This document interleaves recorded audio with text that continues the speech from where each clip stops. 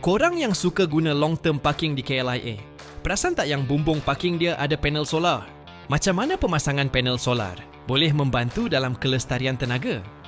Pengetahuan Malaysia Airport Sepang, we have 2 installation kat Malaysia Sepang on the solar. Satu di satellite building, kita ada 4 MW, dan juga sekarang ni di Lontong Kapak sebanyak 10 MW. Decision Malaysia Airport Sepang towards solar installation to support on the sustainability and as a net zero carbon initiative. Adakah pemasangan panel solar ini menggunakan kos yang sangat tinggi?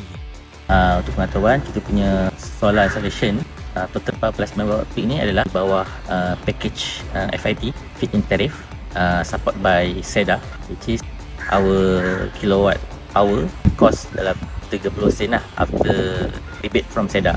So based on this rate, actually Malaysia Airport Sepang have a good revenue in term of cost saving, plus on the CO2 reductions, directly support net zero carbon.